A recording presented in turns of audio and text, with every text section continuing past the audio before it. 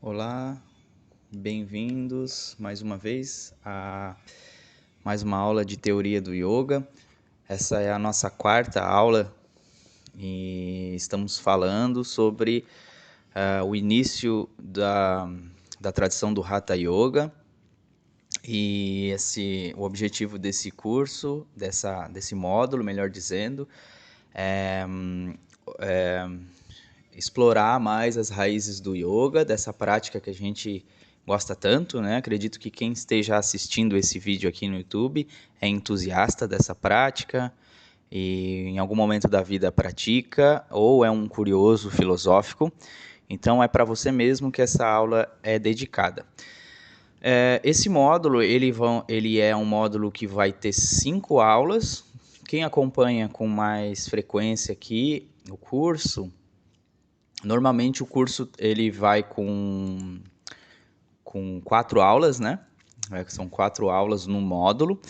Esse módulo vão ter 4 aulas, vão ter 5 aulas, desculpa, e essa é a quarta aula, tá? E a gente vai observar nessa quarta aula o pai do Hatha Yoga, a gente pode dizer assim, né? Entre parênteses, que é o Goraksha.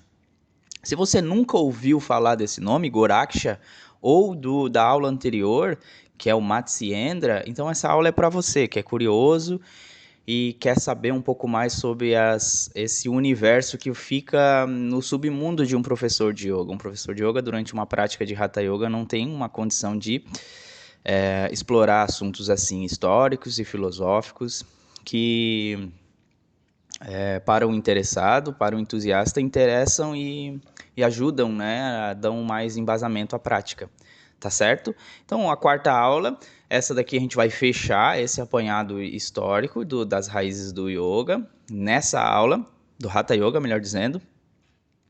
E aí, na quinta aula da semana que vem, normalmente funciona assim, uma vez por semana eu costumo postar vídeo aqui no YouTube relacionado ao yoga. Aí na semana que vem a gente vai ler um texto atribuído ao Goraksha, que é o Goraksha Shataka, e aí vamos ver vários elementos que a gente usa durante a nossa prática de tapetinho, né? E isso aqui a gente está falando de yoga medieval, a gente está falando de século X depois de Cristo. Então, para ver como essa tradução perdurou, né? E como ela é uma tradição milenária, a tradição do yoga, a gente observa que é uma coisa que deu certo, né? Se está acontecendo, se tem gente praticando até nos dias atuais, essa é um grande indicativo de que vale a pena a gente se dedicar ao yoga, né? É uma coisa que não morreu durante esses ciclos temporais, nessas eras. Tá certo? Eu vou fazer agora um resumo para quem não assistiu às outras aulas.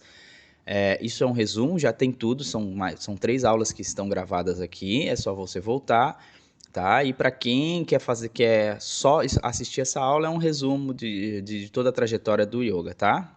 Então, assim, o Hatha Yoga começou com uma efervescência do movimento tântrico, né? Do Tantra. Então, o Tantra, em sua essência, tem como uma das características o culto à deusa, né? A Devi. E o culto a Devi é um ponto central da tradição tântrica. E outro ponto central, até então, né, a tradição do yoga, os darshanas, as escolas filosóficas, se voltavam mais para a adoração dos devis, né, que são as divindades masculinas, tá? Aí, o que acontece? Com o movimento do tântrico, essas coisas começaram a ser botadas em xeque, inclusive a participação das classes de base. É um movimento bem revolucionário, o movimento tântrico, que é, assim, vamos dizer, a raiz do Hatha Yoga, tá certo? Lembrando que o yoga filosófico já existe há muito tempo, desde da era védica, que a gente está falando de Hatha Yoga. É um momento onde volta-se para o corpo. Então, por enquanto, a gente ainda está falando de tantrismo. Voltou-se para o corpo, para o culto a Devi, começou-se a dar proeminência às Devis, né, que são as deusas, né? Então, os devas, que eram os deuses que eram adorados, eles continuam sendo adorados, mas as Devis ganharam, dentro desse movimento tântrico, uma grande ascensão, tá? E como eu estava falando anteriormente, é um movimento de base. Então, os pescadores, os tecelões, os artesãos, as lavadeiras começaram a ter proeminência durante esse período, durante essa prática, tá? Do tantrismo. E muitas coisas foram colocadas em xeque e muitas coisas começaram a ser trazida à tona, por exemplo, o uso de incensos, né? Essa é uma prática que começou lá com o tantrismo. Eu digo que começou ou ganhou proeminência, né? Não quer dizer que não tinha incenso nas práticas anteriores. A gente viu que os rituais védicos, os rituais do fogo, usavam, né, uma fogueira e eles iam jogando ali a manteiga ghee, fazendo sacrifícios, jogando cereais, né? Mas a prática de usar incenso, por exemplo, a prática do yantra, que é aquela representação geométrica, é também uma característica do tantrismo, né? Muitas verdades que os brahmanes traziam como uma verdade absoluta, inquestionável, o tantrismo questionou e trouxe novas possibilidades de praticar yoga, né? Então, o Tantra foi um movimento revolucionário, um movimento de base, né, que foi a raiz do Hatha Yoga. Então, com o surgimento, a gente está falando de Tantra, século 7, 8, depois de Cristo, ali mais ou menos, isso começa a ter uma efervescência na Índia, né, muita coisa começou a ser questionada, e aí começa a brotar o movimento dos Siddhas, né, que são os seres iluminados. Mas antes disso, a gente observa que aquela raiz, que é a essência do Tantra, que é o movimento que cultuava as devis, as deusas, ganha também uma característica no Hatha Yoga.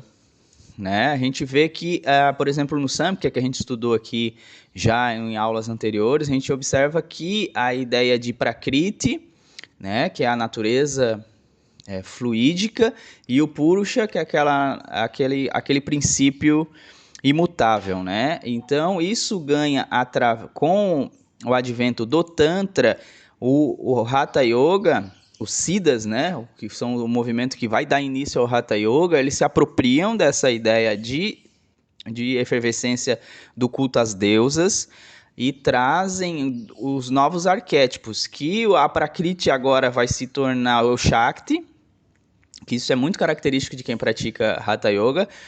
Se as palavras, se o conhecimento está muito denso, né, muito difícil para entendimento, nas próximas aulas eu vou voltar a lidar com isso com o texto do Goraksha Shataka, tá? Então vai seguindo e vai tentando captar o que eu estou falando aqui, que Shakti é a natureza fluídica, e aí o Shiva que vai fazer o papel de Purusha. Então, sem Shakti não tem Shiva, e sem Shiva não tem Shakti. Essa é o ponto de partida do Hatha Yoga, tá? E a gente observa isso com muita clareza, tá certo? E aí, com essa ideia, surge o movimento Siddha, que é um movimento dos realizados, dos mestres, que vieram muitas vezes entrelaçados com a cultura tântrica, tá? De proeminência, de voltar-se para o corpo também, né? O Tantra tem essa ideia, por exemplo, o conceito dos chakras, dos marmas, dos nadis. Esses são conceitos que é bem do tantrismo, e o Hatha Yoga ele vai sublimando, vai ganhando um corpo maior. Então, esse movimento dos Siddhas, né, que são os poderes, são os sacerdotes realizados, né, são pessoas iluminadas, ou a gente poderia chamar assim, por exemplo, dos sadhus, né, ou até dos brahmanes de antigamente, dos swamis, a gente poderia chamar, esses são os siddhas. Então essas pessoas fizeram duas escolas que ganharam proeminências, e uma delas é os natas. Então dos siddhas, que eram praticantes de tantrismo, né, são pessoas iluminadas e com uma sabedoria védica, tântrica, trouxeram esse entrelaçamento filosófico e fizeram escolas filosóficas. E dentro dessa escola filosófica, surge o movimento que se chama Nata. Então são os Nata Yogins. São as pessoas que praticam esse tipo de filosofia. A filosofia do yoga entrelaçada com o Tantra, tá? E que mais tarde vai ganhar esse nome, Hatha Yoga. Então, para vocês terem um entendimento maior, uma síntese por enquanto, é os Siddhas e os Natas, tá? Então, dentro dos Natas Yoga, que foi a última aula, nasce essa figura que a gente nomeia, a historiografia nomeia como Matsyendra, tá? Que foi quem muitas correntes, muitos estudiosos atribuem quem fundou o natismo, né? Foi o Matsyendra, essa figura. Então ele vai ser o mestre do pai do Hatha Yoga. Não sei se está dando para fazer esse entendimento, esse link, mas eu vou voltar mais de novo. Então são movimentos Siddha, ele é um Siddha, o Matsyendra é um Siddha. Dentro desse Siddha surge uma escola filosófica. Ele fundou uma escola, ele é um ser, um sacerdote que fundou uma escola que se chama Natha Yoga. Quem pratica nessa escola se chama Natha Yogin, tá? Então Matsyendra, ou ele é a historiografia diz que possivelmente ele foi quem fundou, né, a escola dos Natha Yogins, e dentro dessa escola vai estar essa figura que a gente nomeia como o pai do Hatha Yoga, que ele ganhou tanta proeminência que chegou a passar o seu mestre, que é o Matsyendra, tá? Aí ele passou o seu mestre e essa figura é o Goraksha, tá? E vai ser o ponto principal da nossa aula hoje. A gente vai falar bastante de Goraksha e vai dar continuidade. Isso que eu acabei de falar nesses 10 minutos foi o resumo do nosso ponto principal. Então, estou carregando aqui o slide. Eu vou diminuir aqui, como sempre, para a gente seguir, tá certo? Vamos seguindo aqui. A gente vai falar de Goraksha. A gente está aqui, né? Yoga medieval. Goraksha, o precursor do Hatha Yoga. Então, aqui, ó, na tradição do Hatha Yoga, está ligado ao nome de Gorakshanath. Lembra vocês que eu falei que o Matsyendra foi o fundador dos Natha Yogis? Então, quem pratica o natismo, ele ganha essa alcunha, né, de Gorakshanath. Então, quem é praticante é isso, ó. Então ele é um Gorakshanath, também conhecido como Goraknath, tá? No período histórico que Goraksha viveu foi aproximadamente o século X depois de Cristo. Aqui a gente observa, ó, que existem muitas lendas históricas sobre ele no norte e no oeste da Índia e no Nepal, onde é reverenciado com a alcunha de Pashupanath, tá? O deus dos nepaleses. Apesar de muitos registros, sabe-se muito pouco sobre o Goraksha. Aqui a gente vê, ó, que deram o nome do Goraksha, inclusive no Nepal tem moedas, né? Não sei se ainda tem, mas registros de que tem o símbolo de Goraksha nas moedas nepalesas. Então a gente observa que essa figura do Goraksha, além de ser uma figura histórica, e como tem aqui, né, existe pouco registro, isso aqui é uma realidade constante nas buscas históricas de quem estuda yoga, quem é indólogo, né, eles não se preocupavam muito com as datações, enfim, é meio difícil de...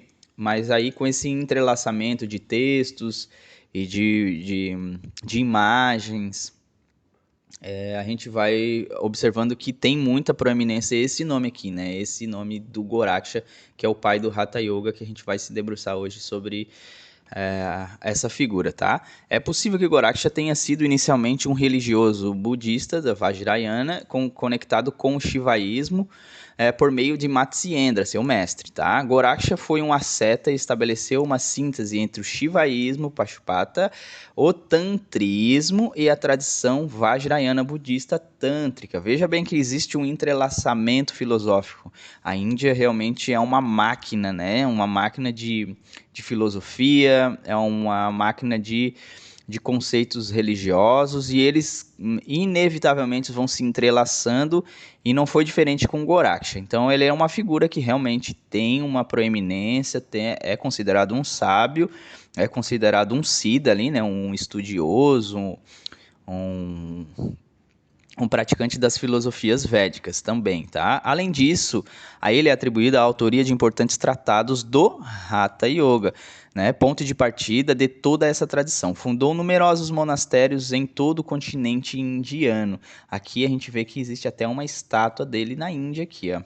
Dentre outras, obviamente isso aqui foi uma imagem que eu peguei na internet para mostrar para vocês o quanto ele tem, o quanto o Goraksha é importante para a tradição do Hatha Yoga, e ele ganhou muita visibilidade, muito texto, e ele é adorado, realmente tem mantras de Goraksha, e é atribuído a ele o nascimento do Hatha Yoga, essa nossa prática de tapetinho aqui, tá? O âmago de sua prática, a partir do objetivo de libertar a consciência individual, de todo tipo de chagas, preconceito e pequenez, e sublimara, ao puro plano supra-intelectual, sutil, fazendo com que o adepto da senda do yoga seja abençoado pela experiência direta da verdade absoluta, unindo-se com ela. Então, aquele conceito que eu falei para vocês anteriormente, entre Shiva, né, e Shakti. Então, essa união entre Shiva e Shakti é a gente chegar à libertação em vida, que a gente chama de verdade absoluta, mais tarde vai ser chamada de Samadhi, Mukti, né? Jivan Mukti, aquele que se libertou em vida. Tá? Esse texto aqui também é um texto clássico do Hatha Yoga, que é o Hatha Pradipika. Quem sabe mais para frente a gente pode fazer um estudo só dele, assim como a gente fez ali um estudo resumido, né, como a gente fez no Yoga Sutras de Patanjali. Mas por hora a gente está estudando pelo menos as principais características dos mestres do Hatha Yoga, tá? No Hatha Pradipika, fornece uma lista numerosa de discípulos de Goraksha. Fica claro que Goraksha era considerado ainda maior que seu guru Matsyendra Nath, tá certo? Então a gente observa aqui, realmente, Goraksha, através das escrituras, uma lista numerosa de discípulos de Goraksha. Então, uma pessoa dedicada que deixou um legado histórico que, com certeza absoluta, faz parte hoje do nosso dia a dia como praticante de yoga. E, na minha visão, né, como pesquisador, historiador e também praticante de yoga, eu acho de extrema importância a gente ter esse tipo de curiosidade, né? Onde é que veio a nossa prática? Quem foram os expoentes da nossa prática? Quais foram os legados, né? Que a gente vai ver nesse texto, que é um texto medieval mesmo, um texto lá do século XI, X, depois de Cristo. A gente vê o nascimento do Hatha Yoga mesmo, né? De uma maneira mais pura, assim como quem vai estudar o yoga filosófico, o tronco filosófico do yoga, né? Que é o yoga que vem antes do Hatha Yoga, vai estudar as Upanishads, por exemplo, vai estudar o Bhagavad Gita, que são os épicos indianos, o Ramayana. É uma maneira mais que tu vai direto na fonte, né? Hoje em dia existem muitas vertentes do que se tornou o Hatha Yoga, né, aqui no Ocidente, tomou uma forma diferente, onde a gente pratica de uma maneira que é um pouco distinta do que era praticado lá, mas existe sim um grande respeito a essas tradições, a esses textos e a essas figuras que trouxeram esse conhecimento até a gente. Então partindo desse princípio que eu montei esse curso que vem da cronologia. A gente estudou desde os Vedas e estamos agora chegando aqui no Yoga medieval, justamente para manter esse respeito e resgatar essa cultura, tá certo? Aí a gente observou o Matsyendra histórico até agora, tá? O Matsyendra que tá lá nos livros, a gente viu que tem moedas, né? Que tem textos, e vários textos citam seus discípulos. E mais tarde a gente vai estudar um texto que é atribuído ao Goraksha. A gente viu estátua do Goraksha na Índia.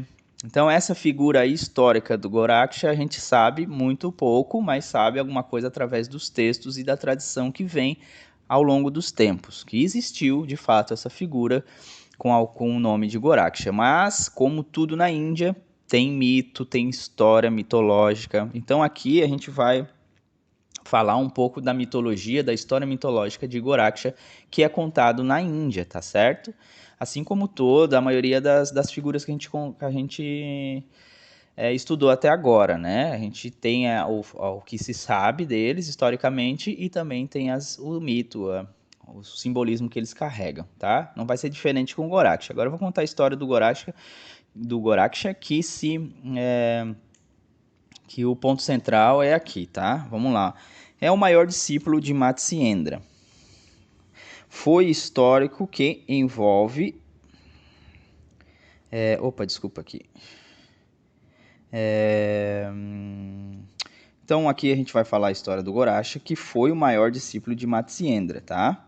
O mito histórico que envolve Goraksha é descrito segundo a lenda que certa vez uma camponesa, que é essa daqui que eu circulei, né? Em suas preces, pediu ao deus Shiva que desse um filho. Com o coração repleto de felicidade e emoção, com a fé da mulher, Shiva deu-lhe para comer uma cinza mágica, tá certo? Que tinha o poder de deixá-la grávida. A mulher, porém, em sua ignorância espiritual, não percebeu a dádiva concebida pelo Deus e lançou a cinza fora em cima de um monte de esterco. Então tá aqui a camponesa, né, com um potinho de cinza jogando ela fora, tá? Passado 12 anos, a gente observa que esse é um momento simbólico também, que aconteceu com o Matsyendra, né, que ficou 12 anos na barriga do peixe, né, sendo ensinado por Shiva. Então, essa cinza abençoada pelo deus Shiva também passou 12 anos, tá? 12 anos isolado, né? Uma cinza ficou lá em cima do esterco sendo jogado. Então, essa cinza era abençoada, e o simbolismo é esse, né? De que a bênção está lá e não importa aonde ela esteja, ela vai continuar abençoada e evoluindo, tá? Desejoso que a camponesa tivesse passados 12 anos, Matsyendra, que é o discípulo de Shiva, né, que a gente estudou na última aula, ouviu por acaso uma conversa entre Shiva e sua esposa. De novo, ele está lá, ó, ouvindo a conversa entre Shiva e sua esposa Parvati, tá? O Matsyendra está aqui.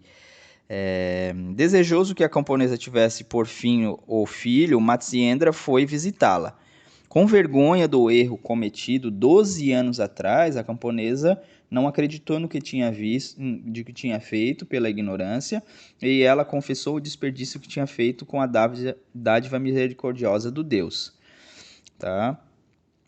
Ocida, Matsyendra, ouvindo tudo muito calmo, ordenou que a camponesa revirasse todo o monte de esterco que havia jogado as cinzas. Tá?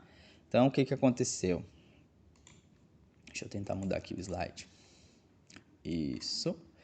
Aí, a camponesa, então o Matsyendra estava ouvindo aqui, a figura do Matsyendra ouvindo a camponesa. Então ele ordenou que ela fosse lá e revirasse o esterco que havia jogado a cinza. E eis que ao fazê-lo, ela encontrou lá um lindo menino com 12 anos, a quem deu o nome de Goraksha. Então, mesmo pela sua ignorância espiritual, o seu filho estava crescendo e se iluminando já, né? E aqui na figura 10 a gente vê que é uma iconografia bem clássica aqui do yoga da tradição, que usa muito, tá? E essa é a história mitológica. Então Matsyendra tomou o menino como seu fiel discípulo e pouco tempo depois a fama de Goraksha já se tornava maior que seu mestre. Segundo alguns relatos, Goraksha usou seus poderes mágicos para o bem de seu guru, muitas vezes, tá? Era sem dúvida alguma um adepto realizado e um personagem carismático que teve influência considerável sobre a sociedade. Não obstante, segundo a maioria dos relatos tradicionais, provinha das classes mais baixas da Índia. Isso corrobora com os nossos estudos, né, de que o Goraksha, ele fazia parte do tantrismo, que é o movimento de base, tá certo? E ele provavelmente ali, essa última frase que eu li foi do historiador George Feinstein, em que ele ele faz essa conclusão e que de fato é, tá certo? Então isso foi um pouco da história do Matsyendra, né? Essa história mitológica que tem sempre um desejo de um nascimento de um filho luminoso e as dificuldades que isso acarretam. Normalmente é assim, né? Tanto com Matsyendra, que ficou 12 anos dentro da barriga do peixe, agora o Goraksha, por uma ignorância espiritual da sua mãe, que depois de 12 anos também amadureceu durante esse processo, e dentro desse processo ela teve a oportunidade de resgatar essa luz que o Deus Shiva tinha dado para ela, e dentro dessa luz nasceu um ser espiritual, um ser especial, que é o Goraksha, Goraksha, que é o pai do Hatha Yoga, né? E é isso. Por hoje a gente vai encerrar para a aula não ficar muito longa e nos vemos na próxima aula com o texto Goraksha Shataka, tá certo? Aí a gente vai estudar um texto bem ligado ao Hatha Yoga, vai estar bem próximo da gente, vai falar de pranayama, de posturas, de chakras e assim por diante, tá? Muito grato pela presença e até breve. Namastê!